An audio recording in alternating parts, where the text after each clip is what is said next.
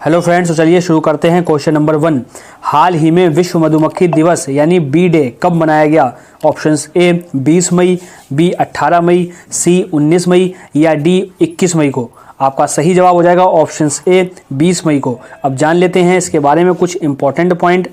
World bee day 2023 यानी विश्व मधुमक्खी दिवस हर साल 20 मई को विश्व स्तर पर मनाया जाता है। विश्व मधुमक्खी दिवस मधुमक्खियों और परागणकों के महत्व, सतत विकास में उनके योगदान और उनके संरक्षण के बारे में जागरूकता बढ़ाने के लिए मनाया जाता है। 20 मई को मधुमक्खी पालन के प्रणेता एंटोन जानसा का जन्म स्लोवेनिया में 1734 में हुआ था। वर्ल्ड बी डे क्यों मनाया जाता है इसके बारे में जान लेते हैं। मधुमक्खियों और अन्य परागणकों जैसे तितलियां, चमगादड़ों और चिड़ियों के जीवन को मानवीय गतिविधियों से खतरा है। उन्हें विलुप्त होने से बचाने के लिए वर्ल्ड बी डे मनाने का मुख्य कारण लोगों में जागरूकता फैलाना है। अगला सवाल जो कि मोस्ट इंपॉर्टेंट है, क्वेश्चन नंबर 2, G7 शिखर सम्मेलन 2023 कहाँ शुरू हुआ है? ऑप्शंस ए जापान में, बी फ्रांस, सी भारत में या डी जर्मनी में। आपका सही जवाब हो जाएगा ऑप्शंस ए जापान में। अब जान लेते हैं इसके बारे में कुछ इंपॉर्टेंट पॉइंट। G7 की 49वां शिखर सम्मेलन जापान के हिरोशिमा शहर में 19 से 21 मई 2023 तक तय है। प्रधानमंत्री नरेंद्र मोदी इस शिखर सम्मेलन में शामिल हो रहे हैं। भारत इसका सदस्य नहीं है, लेकिन मेहमान देश के रूप में इसे आमंत्रित किया गया है। ऐसा अनेक बार पहले भी हुआ है जब G7 ने भारत को आमंत्रित किया है। आमंत्रित अतिथि देश कौन कौन से हैं उसके बारे में जान लेते हैं। ऑस्ट्रेलिया, ब्राज़ील, कोमोरोस, कुक द्वीप समूह, भारत, इंडोनेशिया, दक्षिण कोरिया, यूक्रेन और वियतनाम। अब कैसे बना यह संगठन इसके बारे में जान लेते हैं। G7 के बारे में शुरुआती दिनों में तेल संकट का सामना करने के लिए 25 मार्च 1973 को अमेरिका, जर्मनी, फ्रांस और यूनाइटेड किंगडम के वित्त मंत्रियों की एक अनौपचारिक बैठक वाशिंगटन में बुलाई गई। इसी साल के मध्य में IMF और विश्व बैंक की बैठक में अमेरिका ने जापान को इसमें शामिल करने का प्रस्ताव रखा, जिसके लिए सभी राजी हो गए। 4 से शुरू हुई यह यात्रा 5 सदस्यों तक पहुंची और इन्हें ग्रुप ऑफ 5 कहा गया। इसका पहला 3 दिनी शिखर सम्मेलन 15 नवंबर 1975 को बुलाया गया। इसमें इटली को भी आमंत्रित किया गया और यह G6 या ग्रुप ऑफ 6 कहा गया।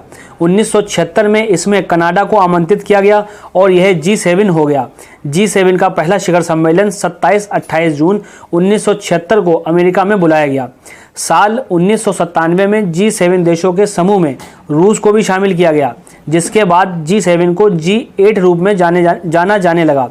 किंतु साल 2014 में क्रीमिया विवाद के कारण रूस को इस ग्रुप से बाहर कर दिया गया और यह समूह फिर से G7 नाम से जाना जाने लगा। अगला सवाल जो कि मोस्ट इंपॉर्टेंट है, क्वेश्चन नंबर 3, स्वास्थ्य और परिवार कल्याण मंत्री कौन बने हैं? Options A Anurag Thakur, B SP Singh Baghel, C Smriti Irani या डी ज्योतिरादित्य सिंधिया। आपका सही जवाब हो जाएगा options B SP Singh Baghel. अब जान लेते हैं इसके बारे में कुछ इंपॉर्टेंट पॉइंट। केंद्र सरकार ने राज्य मंत्री SP सिंह बघेल का भी डिपार्टमेंट बदल दिया है।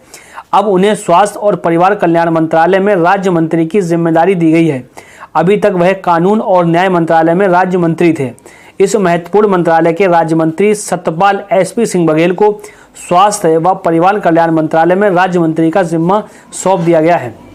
प्रधानमंत्री नरेंद्र मोदी की सलाह पर राष्ट्रपति द्रौपदी मुर्मू ने SP सिंह बघेल को विधि व न्याय मंत्रालय में राज्य मंत्री के स्थान की बजाय स्वास्थ्य व परिवार कल्याण मंत्रालय में राज्य मंत्री नियुक्त करने का निर्देश दिया है। अगला सवाल क्वेश्चन नंबर 4, हाल ही में सुप्रीम कोर्ट के नए जज के रूप में किसने शपथ ली है? Options A Prashant Kumar Mishra, B KV Vishwanathan, C RK Vishwanathan या डी A और B दोनों। आपका सही जवाब हो जाएगा ऑप्शंस डी A और B दोनों। जी हाँ, इन दोनों जजों ने शपथ ली है। अब जान लेते हैं इसके बारे में कुछ इंपॉर्टेंट पॉइंट। भारत के मुख्य न्यायाधीश DY चंद्रचूड़ ने प्रशांत कुमार मिश्रा और KV विश्वनाथन को शपथ दिलाई है। प्रशांत कुमार मिश्रा आंध्र प्रदेश उच्च न्यायालय के मुख्य न्यायाधीश थे और KV विश्वनाथन वरिष्ठ वकील हैं। 30 से अधिक वर्षों तक सुप्रीम कोर्ट में वकालत की है। इसी के साथ सुप्रीम कोर्ट अपने फुल स्ट्रेंथ पर पहुंच गया है। यहाँ जजों की स्वीकृत संख्या 34 हो गई है। अगला सवाल जो कि मोस्ट इंपॉर्टेंट है, क्वेश्चन नंबर 5, कर्नाटक राज्य के नए मुख्यमंत्री कौन बने हैं?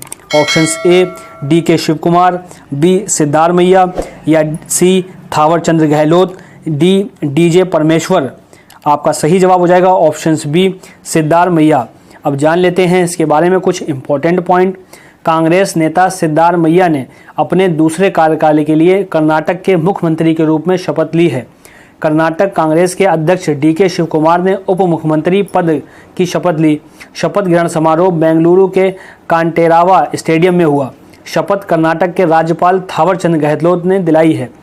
डॉक्टर जी परमेश्वर, के H Muniyappa, K J George, M B Patil, Satish Jarkiholi, Priyank खड़गे सहित कांग्रेस विधायकों ने राज्य मंत्रिमंडल में मंत्रियों के रूप में शपथ ली। फ्रेंड्स, आशा करता हूं कि आपको हमारी आज की वीडियो पसंद आई होगी। वीडियो पसंद आई हो तो उसको एक प्यारा सा लाइक कर दें और चैनल पर नए हैं चैनल को आज ही सब्सक्राइब कर लें और अपने फ्रेंड्स एंड फैमिली के साथ वीडियो को शेयर भी करें। तो मिलते हैं आपसे नेक्स्ट वीडियो में। जय हिंद, जय भारत।